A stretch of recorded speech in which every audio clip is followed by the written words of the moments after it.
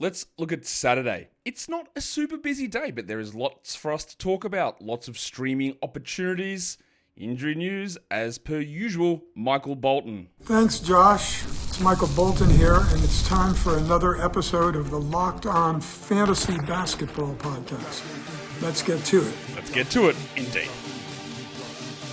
You are Locked On Fantasy, your daily NBA fantasy podcast. Part of the Locked On Podcast Network, your team every day.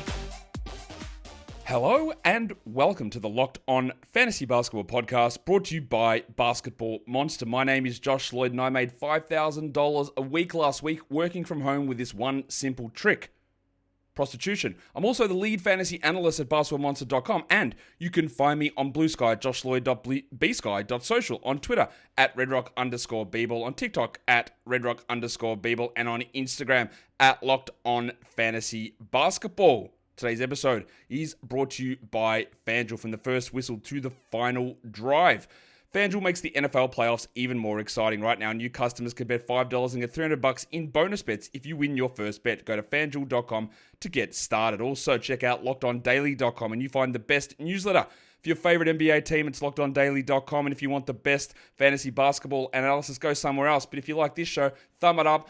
Find the show, double bang on audio, watch the video. It's all here for you. Live trade deadline show. You know the date, whatever it is. It's the 6th of February. That's how it works. 1 p.m. Eastern, we're going live. Go bookmark that, chuck it in your calendars, scratch it on your wall, megaphone it in your community center. Not really fast how you want to do it, but however it works well for us. We're talking Saturday. There's an early game on Saturday, so let me just double check that time. I'm pretty sure it's a 4 p.m. start, which is a weird time. Yeah, 4 p.m. Oh, it's a 3 p.m. Central start. That's why. 4 p.m. Eastern, 3 p.m. Central. Beginning to the games, it's the Pistons game with the 6 games on Saturday. Let's talk about it. It is actually National Winnie the Pooh Day on Saturday. So however you want to celebrate that, I'm currently celebrating that by wearing no pants. You might want to celebrate it by, I don't know, pretending you're the president of China. That'll get me banned, I'm sure. However you want to celebrate Winnie the Pooh Day, go ahead. Let's go and do it. Should we talk about games? Let's do it. That's me, incisive political commentary. What are we doing here? Suns, Pistons. This is the early one. This is the beginning of the greatest center of all time and his new team, Nick Richards, joining the Phoenix Suns. The Suns are 2-point favorites, which seems low considering Richards is playing. Both of these teams, no schedule plus position for them. Nurkic is going to be out with illness. Bradley Beal, I don't know whether he is going to play. He's had, you know what? I don't even know. I can't even keep up with what injury is happening with Bradley Beal at the moment. What is it this time? Ankle again. So he left the game on Tuesday. He missed Thursday. I'll put him currently as questionable for Saturday's game. And it is, of course, the return of Nick Richards. Again, I have no idea what is going to happen with Richards. I know what I've seen from Nick Richards. Doesn't impress me that much. I've seen him start for 70-plus games. Doesn't impress me that much. But there are people who have just got wild opinions. So there is opportunities for weird things to happen. I had someone in the comments tell me he's going to play 36 minutes a night on this team. Okay. It seems unlikely, but who knows? And we always, part of the thing that I like to do in this show is take in new information, is see what happens and make decisions and adjust. You have an opinion based on what has happened and what you think will happen, and then you take in more information. At the moment, I think Nick Richards is like mid. He's whatever. He doesn't move any sort of needles. He's not that much better than their current options. He is better, but he's not that much better.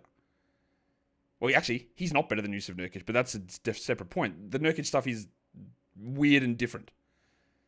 But we're going to find out, aren't we? He might come out and absolutely cook on this team. I also would pledge? I would be cautious of how many minutes he plays first up here, because they did make a point of saying he will start when he's acclimated. Doubt he's acclimated yet.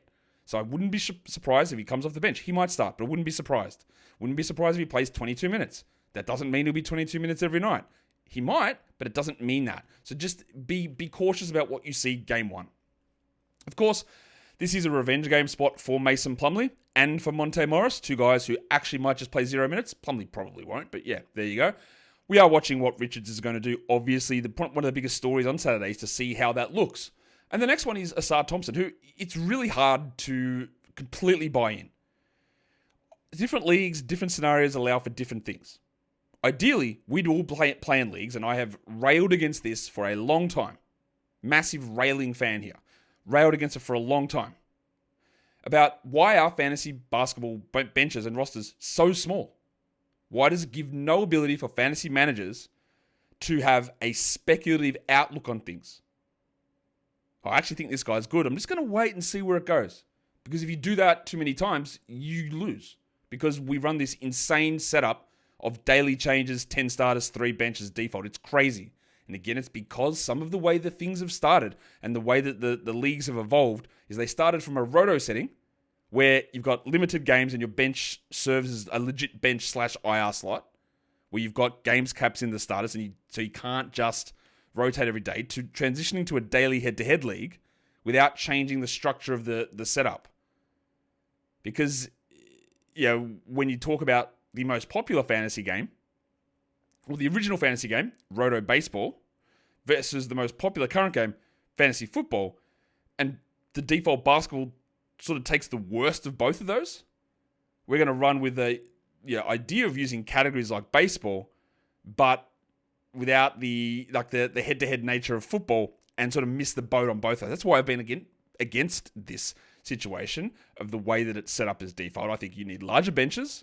I think you need some sort of a games cap in there. But the default setting moves both of those out and just does the worst format. That is another discussion for the off-season. But again, that brings me back to the Ausar Thompson thing. We'd love to sit on it and just wait and go, okay, let's see. Can he get to 30 minutes? I believe in the talent. Maybe he's just working his way back. But if he gets 22 minutes a night, he's a 170th ranked guy for 3 weeks and you're waiting for it, well, you almost lose because of that. So, based on what we're currently seeing, you can't hold him. But, obviously, the potential is there. So we just want to see any indication that either it's not going backwards or it's going forwards. In terms of stream guys, Grayson Allen, he was great last game. I think largely because Bradley Beal was out. And how Allen and Dunn and O'Neal all fit when Beal is there is going to be interesting. And then on the Pistons side, he was dreadful last time out. Leaky Beasley, and it could be Tim Hardaway. And tossing the coin to see which one of those guys is going to be is really hard to do. Well, tossing a coin is easy. Figuring out the correct answer is hard. I still go Beasley over Hardaway, but I could see it being Tim in that position. The next game is the Hawks and the Celtics. I was hoping, as I record this, that I would get a little bit more information about old mates Atlanta and their injury reports, because they're probably one of the more important ones at the moment. And unfortunately, we don't have that. It is a Schedule Plus spot for both of these teams. So when you're considering adding guys, if they're fringe players on these squads, that is worthwhile to consider them. It is worthwhile to consider this is the second game of a back-to-back for the Celtics. And at the end of that Schedule Plus run, they've also got a back-to-back. So some of their guys won't play. Larry Nance is going to be out for Atlanta. And what we don't know is Jalen Johnson, who I'll put on the doubtful side of questionable because we just haven't had any real positive update. That could be, injury reporting is tough. Guessing on injury reporting is tougher. Such a hard life I've got. It's tough, but I'll put him on the doubtful side of questionable. And we know that with Johnson out, Vic Krejci has been a top 100 guy. And you roll with Vic Krejci as long as Johnson's out. We just have no idea how long that's going to last. Zach Ricochet missed the last game. That made the Hawks better. And then DeAndre Hunter's missed a couple with foot soreness. Hunter is moving towards a drop. I don't think we drop him yet, but the fact that it's injured again on a different part of his body, plus the shooting had regressed to below normal levels, but not at I'm the best shooter ever levels, and he doesn't do anything else, that's where, again, when we talk about that's great what you've done, but what does it mean as you move forward when we analyze players? So we don't know, though, if Hunter is going to play, and maybe we get another Mr. Plowden game. I think Trey will play. He sat out the last game with a back-to-back and Keaton Wallace fired up. But honestly, we don't know.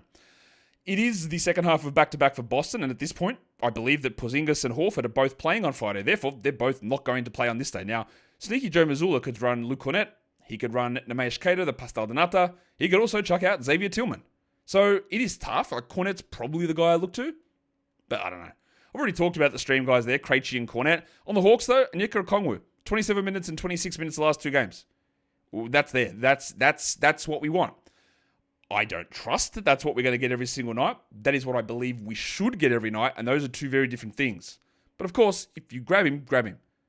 He has not been close to a top 100 player until now, right now. So, if you've held through 12 weeks, it has been to your detriment. Whether he is a top 100 guy now moving forward, it's going to depend on if he's a 24-minute guy or a 26-minute guy. And I hope we're trending in that 26-minute direction. But, as of course, we know there's absolutely no guarantee of that. Today's episode is brought to you by the big fellas over at Robinhood. With Robinhood Gold, you can now enjoy the VIP treatment, receiving a 3% IRA match on retirement contributions. The privileges of the very privileged are no longer exclusive. With Robinhood Gold, your annual IRA contributions are boosted by 3%. Plus, you also get 4% APY on your cash in non-retirement accounts. That is over 8x. Since when do we start saying 8x and not 8 times? Anyway, 8x, the national savings average. The perks of the high net worth are now available for any net worth. The new gold standard is here with Robinhood Gold. To receive your 3% boost on annual IRA contributions, sign up at robinhood.com/gold. Investing involves risk. 3% match requires Robinhood Gold at $5 a month for 1 year from the first match. Must keep funds in IRA for 5 years. Go to robinhood.com/boost. Over 8x, the national average savings account interest rate claim is based on data from the FDIC as of November the 18th, 2024. Robinhood Financial LLC member SIPC. Gold membership is offered by Robinhood Gold LLC. Today's episode is also brought to you by Skims. When I found out that Skims was making underwear for men, well, we threw a party. It was basically our own little launch event in the house. So it's Skims for Men. It is on. Fellas, get around here. Let's have a ritual burning of our old, uncomfortable undies. We'll have a ceremonial cutting of the itchy tags. We'll get it all out. And we now enter a new generation of comfortable underwear. Because the women and their underwear, they've had it too good for too long. And now we get our revenge. Skims Men's are the best and most comfortable underwear pairs that you could find. Do you want boxer briefs? Is that the style you rock? You seem like a boxer brief guy. Me? Well, I'll leave that a little bit to your imagination. But whatever pair it is that you get from Skims, it's going to feel like you're wearing stupid sexy Flanders, nothing at all. So go ahead and check out Skims for Men. Shop Skims Men's at skims.com/lockedonnba and at Skims stores, and let them know that we sent you. After you place your order, select podcast in the survey and select our show in the drop-down menu that follows. Okay, should we do the next game? It's probably the right way to go about it, I would say. And this is one where we've got to talk, don't we? We have to have a bit of a discussion about something because it's the Philadelphia 76ers. It's the Indiana Pacers. The Pacers are 7.5-point favorites in this game. This is a back-to-back spot for the Sixers. They play on the weekend. So, do they? If I miss that? No, I think they play on the weekend. You know what? I'm going to double-check that because something just smells off there. No, it was right. They do play a weekend back-to-back, the Sixers. My bad. And they're in a Schedule Plus position. But the Pacers... And there's a lot of these teams coming up, guys, but the Pacers are in a massive Schedule minus position because they are heading to Paris. So after this game, they're heading to Paris. They don't play until Thursday. And there are a lot of teams with some bad schedules coming up. Let's talk about Joel Embiid. Now, I don't get everything right. I get stuff wrong all the time. All the time. And I'm going to talk about one of those later on. But I wanted nothing to do with Joel Embiid this season. And I said that I believe, from my research, my experience in the medical field and perusing medical journals, and that's literally what I did with Embiid because I do take this job seriously, that his knee was done and we weren't going to get anything good. So he came back from this foot sprain, and guess what? His knee has flared up. He's out for 7 to 10 days. I didn't want to draft Joel Embiid. I wanted nothing to do with him in any trade whatsoever this season, and it will remain that way for the end of his career. I think the knee is done. It is so hard to come back from multiple meniscus surgeries in the same knee. It is so hard to come back from that. I don't care that he had a broken face. I don't care that he stood on a cameraman's foot and sprained his foot. That's just unlucky stuff. No one can do anything about that stuff. Happens to anybody. The knee is where I draw the line on that sort of stuff. And even though I think I'm pretty clear on the way that I approach these things, people still get confused because they love to hear one thing and think that's what I say. I don't say that no players are ever injury prone. That's not what I say. I say that the idea that someone can't get injured because they didn't get injured in the past is garbage. They're not Wolverine. That's one of the things I've said. I've also said that someone breaking their finger and then pulling their hamstring and then getting a concussion is just bad luck. It's got nothing to do with a player's internal makeup or anything like that, and you shouldn't be making draft decisions based on that stuff.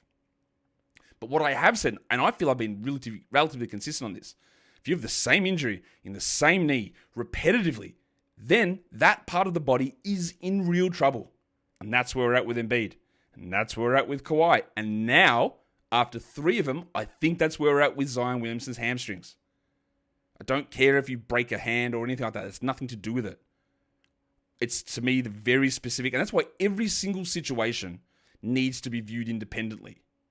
It's not just, well, you missed 30 games, therefore injured and always injured. That's not, I don't think that is an appropriate way to approach this stuff. But anyway, Embiid is out. Cool. KJ Martin remains out. And we did get a bunch of injury updates on the Sixers. I expected Kyle Lowry and Caleb Martin to be out, but I didn't know. I labeled them doubtful. They are out. Again, yuck. Gershon Yabusele is questionable, which is very important because obviously Embiid is out. And if Yabusele is not playing, that means that the Sixers are going to give us Boner. Although the big avocado, Andre Drummond, is likely to return. Now, I know that you're going to be, man, do I go and grab Drummond? We've seen this already this season, and Andre Drummond was not very good. That's not to say he's not going to be okay to use, and you can have a look at that because he's probably going to be the only guy left. But this is not it's a league winner, we've got to do it. It's all must-grab Drummond stuff because, again, we have seen it. He is washed, and Drummond is like totally mid as a starter, and this team's season is going down the drain. Like, it's already done. I think their season is done, Philadelphia. And now, to me, the question is, can they get inside the bottom 6 and keep their draft pick?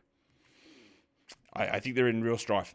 And then you'll see that Ricky Council IV is listed questionable, but the name just under that's probably a little bit more important, and it's Paul George. So Paul George is questionable. Didn't practice with ankle soreness. I would say that he's in real trouble of missing again. On the Pacers side, well, actually looks pretty good. Ben Mathurin returns from suspension and everyone's healthy, so cool for them. This is a revenge game spot for Paul George against his former team, one of them, and TJ McConnell against his former team. On the Sixers, Kelly Oubre's been incredibly frustrated. The minutes have been fine. In some games, when guys are out, he goes crazy. In some games, when guys are out, he has 10 points. But I think that given the state of where this team is, he just should be on a roster, even though it's annoying. On the Pacers, I want to watch what happens with Ben Mathurin. Now, I think he's been droppable for the last 5 weeks or so. And I want to see what happens now that Nesmith is there, only playing 9 minutes, of course, but everyone's healthy. So where does Mathurin fit? Does he even start? We'll find out. Because the Sixers have no Embiid, maybe no Yabusele, no Martin, no Lowry, no other Martin, maybe no George, they gave 30 minutes to Justin Edwards 2 games in a row. Do I believe Justin Edwards is going to be a game-changing fantasy guy? No, I don't. But there are a lot of openings here. A lot of openings for him to actually be useful. And that is a wild thing to say. So, we are in, why not? I know this is a lot of time on this game, but I think it's an important game to discuss. The other one we streamed there is Andrew Nembhard on the Pacers, who, with the return of everybody, his must-roster status is not there anymore. He'll have big games. He'll have bad games. He'll have opportunities when guys are out. But when he plays, it feels like he get 12, 11, 3, and 5 with a steal, which is like fine. It's good, but when you got a shitty schedule period here with this low volume stuff, that's not a must roster thing. Going back to my point originally, when we're talking about you got to make changes daily, you got to max games out, all that sort of stuff. Having a mid guy play 2 games in 7 nights is not worth it, and that's how I'm viewing Andy Nembhard. The next game, Washington and Golden State. This is a scheduled plus spot for both of these teams. The Warriors they're 13.5 point favorites, and the Wizards have a weekend back-to-back. Now, erroneously, in one of these shows, I got myself confused. I said that the Thunder were the only team with 3 games in 4 nights to end the week, and that was wrong. That was my bad. What I meant to say, and I got myself confused, because when I did the preview at the start of the week talking about schedule streaming, the only way to sort of really max out your schedule was to get the Thunder, because they were the only team that had 3 games in 4 nights that included Thursday, Friday together. Because the Wizards have 3 games in 4 nights, and the Blazers have 3 games in 4 nights, but they went Thursday, and then Saturday, Sunday. Whereas the Thunder went Thursday, Friday, Sunday. So that was my confusion, and I apologize for making that mistake. And thank you to the people that pulled me up on it and did it respectfully as well. So I appreciate that, because that was my error. What I did mean to say, and then completely messed it up, was to say that the Thunder were the only team to have 3 games in 4 nights, including the Thursday-Friday back-to-back, which was the benefit of streaming, is getting that value in. So my bad on that. I apologize. Both teams in a positive schedule spot, though. Bagley is going to be out. I'm very, very certain Malcolm Brogdon's going to be out. I think Brogdon will be out all weekend. In fact, I'm not even sure he plays again, because they're labeling it like foot soreness, which is the perfect tank label. Perfect. I'm not sure he plays. Don't need to hold him. Kuminga's out for the Warriors. I don't think we're getting Brandon Podziemski back, but the return might be coming soon. And then Kyle Anderson and Draymond Green missed the last game. So it's important to note when we're looking at the Warriors' performances from the last game, including, and someone gave me this nickname on Basketball Monster, I love it, Guy Santos Al-Helper, one of the best names ever. I can't believe I missed it. Santos Al-Helper, one of the greatest of all time. And we've got to say, I can't believe it. How did I miss it? So Guy Santos Al-Helper, he got the start with all those guys out. Didn't do very much, but it's worth noting. This is a revenge spot for Jordan Poole and Paddy Baldwin. Less interesting. For the Wizards, I want to watch Alex Sarr, because I think he's playing well. The Rookie of the Year thing is so weird, man. I actually think Sarr will win it, but who knows, man? It might end up being Castle. It might be Edie. Whoever it is, I'm not going to feel good about it.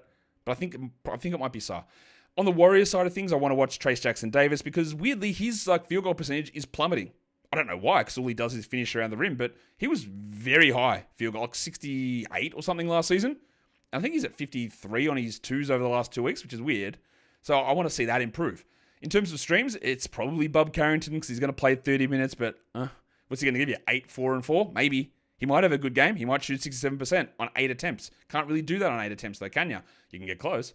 Maybe it's on 9 attempts is what I mean. 6 of 9. Maybe. He's streamable. And then the other guy to watch, of course, is Keyshawn George, who went off last game, but of course had been shooting 25% from 3 prior to that. And then on the Warriors, there's a lot of opportunities if Podziemski and Anderson and Green are out. You get that Santos Al-Helper, but you also get Buddy Hield, who is really just a threes and points streamer, who's had some weird games where he's added in some defensive stats, which, of course, I wouldn't feel super confident about relying upon Budrick to provide. Today's episode is also brought to you by FanDuel Sportsbook. The first whistle. The final drive. FanDuel makes the NFL playoffs even more exciting. And right now, new customers can bet $5 and get $300 in bonus bets if you win your first bet. That is $300 dues to keep the action going. The FanDuel app is easy to navigate, and the variety of bets keeps every game exciting. And when you win, you get paid instantly. Don't need to wait around twiddling your thumbs going, where's my money? Money, please. You don't do that. It's right there. So FanDuel has everything that you need all through the NFL playoffs. And as a new customer, bet that $5, win that $5 bet, and get $300 in bonus bets. Join up at FanDuel.com. Make this playoff season unforgettable with FanDuel, an official sportsbook partner of the NFL. And don't forget to gamble responsibly. All right, I've spent an inordinate amount of time on those first 4 games. Again, I think there was a lot to talk about. These next ones, not sure there's as much. Cleveland, Minnesota. The Cavs would want to pull their finger out after that last performance. Maybe they can do it. They're 5.5-point favorites here. Terrence Shannon's going to be out on the Minnesota side of things. Leonard Miller's dealing with an illness. Not sure he's going to play. He's ruled out for Friday. And DiVincenzo's out on Friday as well. I'll label, it's a great toe sprain. I would be shocked if DiVincenzo's available one day later. So I'll just say that he is doubtful to play in this game after being ruled out on Friday. Donovan Mitchell is struggling a lot. I don't know when I'm going to do this show or find the time to do this show, but when we do like All-Stars, is Donovan Mitchell an All-Star? That's a question. Is he, he might be the best player on the Cavs. That is cool. But has he been the best player this season? I would say no. I'd say he's been the 3rd best player this season. Be interesting what they do with that. It'd be very interesting. I haven't actually sat down and looked at it, but just when you think about it, like, okay, Garland, I would say, has been better than Mitchell all season. I'd say Evan Mobley's been better than him. So do they get 3 All-Stars? I don't know. He probably will, because he's Donovan Mitchell. But he needs to improve. Karis LeVert and Max Strus are going to be the primary streaming guys on Cleveland. It's really a massive die roll with LeVert. Is he going to shoot 2% or 80? Will he get 7 steals or 0? He's all over the shop. And Strus is more of a mid-low ceiling guy. And then, of course, guess who you're streaming in on Minnesota? Yeah, it's Jaden McDaniels, as per usual. He's the streaming guy, and I don't really see that changing. Last game, Rockets, Blazers. what's the term? I'm not really much of a Latin expert. Mea culpa. Let's do it. Actually, we'll do that in a sec because it is a schedule plus spot for Portland. And like the Wizards, they play the weekend back-to-back. Who's out? Jabari Smith's out. Fred VanVleet missed the last game for personal reasons. No idea whether he's available here. Say with Jock Landale, who's missed 2 in a row for personal reasons. Hope everything is well with Jock. Klingon's going to be out for Portland. Thibel's going to be out for Portland. I'm going to go ahead. I'll go out on a limb. I'm going to go out on a limb and say Jeremy Grant doesn't play. It is a back-to-back. So, again, even if he did play, he probably won't play both. And I'll also go out on a limb and just say that Denny Avdia might not play as well. Again, once you've got plausible deniability that he's hurt and it's a back-to-back, seems unlikely that Denny would play on Saturday. Could be wrong. Because I've been wrong on things before, including on Tari Eason. Because Tari Eason was missed a month, and I hated the signals we were getting. Questionable tags moved into doubtful tags, vague reporting on an injury that wasn't an injury last season. It was a growth on his leg that had to be cut out, and then the same thing happening again. I go, is this the same thing repeating? And after about, I think, a week or two, I said, you just drop him, right? You just drop him. Because we don't know when he's coming back. He's still a little bit blocked in terms of role, and they're just giving us nothing. And then Jabari Smith went down. Okay, well, we'd love it if Eason was there, but he's not, and he kept being out. And then, of course, I put out like a video talking about it. Said, look, yeah, we drop him. And then I actually cut out a bit of a video and posted it as like a short and reel. Said, yeah, we're going to drop Tari Eason. 48 hours later, he played. Okay, that is a huge L. Like, yes, if you dropped Eason 3 weeks ago, it was 100% the correct decision. 100%. But I did not expect, after the vague reporting, that Eason was going to come in, play 24 minutes in the first game back, and be ready to roll that quickly. So that's always the risk when you like, how long do you wait? Because every time you wait for someone to come back from an injury, like literally the closer they are to a return. So you can make a call day one and say, cut him. And that's fine. But if you wait 2 weeks and wait for him, it's when they give those vague, oh yeah, he's out. And then the next, you don't know. Is he going to be, and this happened with Eason last season. Is it every day? Go, oh, maybe. Because every day you get closer to it, he might just return. And I got absolutely slapped by it. So I apologize for saying that, yeah, now like, and making a point of it that you dropped Tari Eason because he returned in 48 hours. So that's my bad. So if Eason's available and he played 24 straight away, grab him. Now I think there's going to be some iffiness with minutes and even the soreness of that leg cropping up. But yeah, that's a huge mistake to have really made a point of that. And then he comes back 48 hours. Of course, I had no idea that was going to happen, but it is still a mistake. It's also a huge revenge game spot for Nate Williams Jr. So if you want to get in on that. Amen Thompson, we want to watch. I love Amen. You know I love Amen. I still don't really know what will happen when players return, but it doesn't actually matter. I don't think Tari is taking a starting spot for him. Not worried about that at all. The one will be what happens when Jabari returns. Again, this is not to say that Amen won't play. Also, Amen didn't play for the first 4 or 5 weeks of the season. He played 22 minutes a night, which is really, of course, frustrating because we know how good he is. But he's cooking at the moment. And on the Blazers side of things, the opposite of cook was what Anthony Simons did in the last one. He was bad. He sucked. It couldn't have been worse. And the fact that they prioritize this man as the guy that they want to focus on is infuriating. At some point, I do think we're going to get forearm tightness or some garbage come up and he won't play. And that's where we get into the Scoot Henderson of it all. Because I just think they need to say to Anthony, we are moving on, or whatever they do. Whatever injury they label him and set him down. I do think it is going to happen for the 3rd consecutive year. But I just don't know when. Because they've been so reticent to actually play Scoot. Scoot, we stream in and we grab him and we use it. But my point on that has always been, there's no indication that this is 30 minutes every night here on out. Because the reason it happened is 2 injuries. And there's no guarantee that is what Coach of the Year Chauncey Billups does. And then Eason's there as a stream guy as well. But yeah, really frustrating to try and figure out what is actually going on with Portland as per usual. Let's talk schedule stuff. And there are some important things here I do think that we need to pay attention to. We'll start with back-to-backs on the weekend. Well, normally we were saying, yeah, Embiid's going to sit one of them. Well, he's going to sit all of them. So the Philadelphia 76ers have the back-to-back. The Blazers have the back-to-back. So the Grant, Avdia, let's see what happens with Aiden, Rob Williams. There's a million things they could do. And then the Wizards, who, again, in a weird spot. I don't know what they do. Brogdon's not going to play, but do they sit anybody else? Is Kyle Kuzma just too beat up to be playing on the back-to-back? We don't know. We don't know. So let's look at chunks. Let's get chunky the next 5 days. Who plays 3 games over that time frame? They're all streamable days. So the Rockets do. So barring any setback, Tari Eason's on this list. Jaden McDaniels, Scoot Henderson, Tamani Kamara, Dylan Brooks, and then Noah Clowney sneaks in at the end. A lot of this stuff can be really boosted, especially Scoot, by absences to other players, and we see how that all goes down, say, with Noah Clowney. Also, obviously, what about 5s and 2s? And I don't think I've ever had a 5s and 2s list as big as this one. And that's what she said. Because over the next 7 days, again, it's really important to look for fantasy in head-to-head leagues. We do weekly matchups. It runs Monday through to Sunday. That is the general way that the majority, 95% of leagues run. That's how we run. But that doesn't mean there aren't other periods of the season that are important to note. Because from Saturday to Friday, still 7 days, the Blazers play 5 games. So they're in a very busy period. Shout out to Jeremy Grant playing 0 of them. They've got 5 games coming up. It's a huge schedule period. And if it was a week, if it started on Monday and not Saturday, we'd all froth it. But sometimes it gets hidden here. So 5 games. The next problem is there are 5 teams that play 2 games over the next 7 nights. 2 of them, Spurs, Pacers, going to France. Yep. But the Knicks, the Raptors, and the Jazz also have 2 games in the next 5 nights. So the difference between having a Blazers streamer versus a Bryce Sensabaugh, a bloody Chris Boucher, Steph Castle, Ben Mathurin is ridiculous. 5 to 2, it's 250% increase. That's how that number works. Yes, 250% increase. It's huge. Some might say it's massive. And you know what else is massive?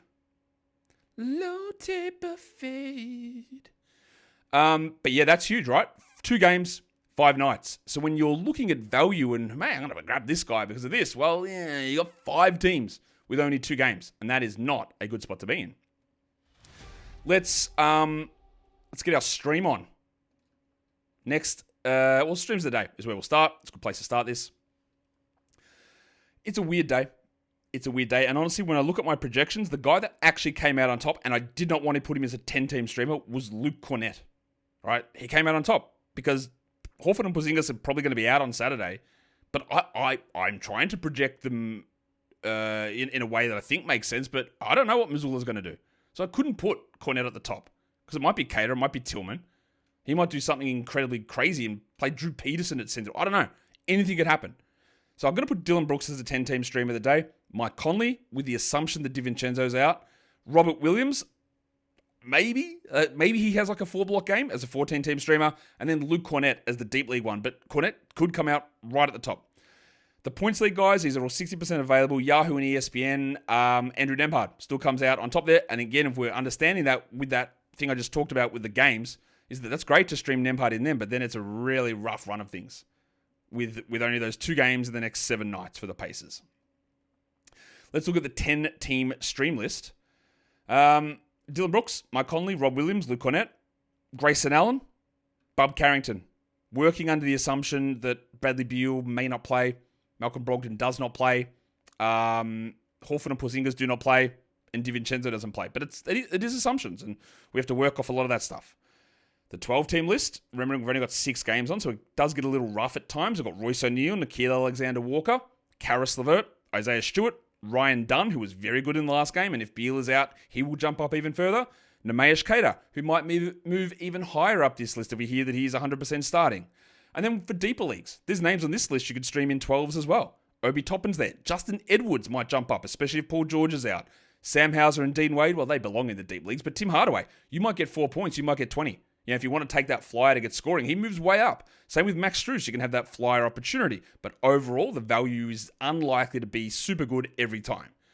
And then for points leagues, both Yahoo and ESPN, it's the same list of guys despite the different scoring systems. Andrew Nembhard, Scoot Henderson, Tari Eason, Jaden McDaniels, Dylan Brooks, and Leaky Beasley.